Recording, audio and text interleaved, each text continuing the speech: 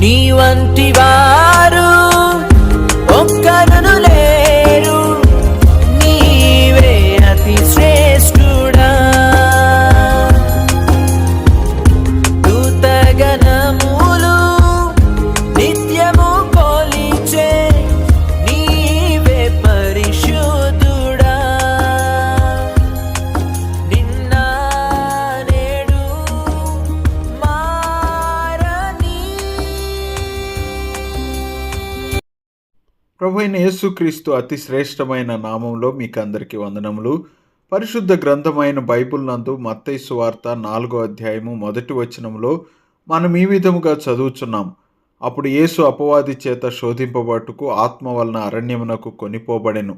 Hebrew మూల భాషలో అపవాది అను మాటకు అర్థం ఏమిటంటే, ఒక వ్యక్తి యొక్క వ్యక్తిత్వ హననం చేయుటకు అబద్ధములు మరియు అవమానం కలిగించు పదములు, మాటలు ఉపయోగించువాడు. దేవుడు మనిషిని చేసినప్పుడు ఈ అపవాదే మనిషిని మోసగించి పాపంలో పడవేసి అతనిపై దోషం మోపుతూ అతని వ్యక్తిత్వమును హననం చేశాడు.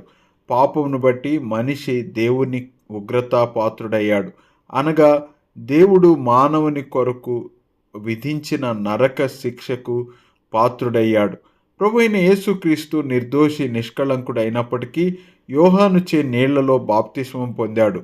ఆ తర్వాత అపవాది శోధించినట్లుగా పరిశుద్ధాత్మ ఆయనను అరణ్యములోనికి కొనిపోయాడు.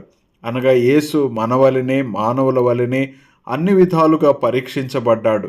ఆయన శోధించబడ్డాడు, దుఃఖించాడు, మనుష్యుని బదులుగా నింద సహించాడు మరియు అతనికి రక్షణ దయచేయుటకు ఆయనే స్వయంగా శిలువలో బలి అయ్యాడు. ఇప్పుడు ఎవరైతే ప్రభువైన యేసునందు విశ్వాసం ఉంచుదురో వారు దేవుని నుండి పాప క్షమాపణ పొందుతారు మరియు ప్రభువు స్వయంగా వారితో సహానుభావము కలిగి ఉంటాడు.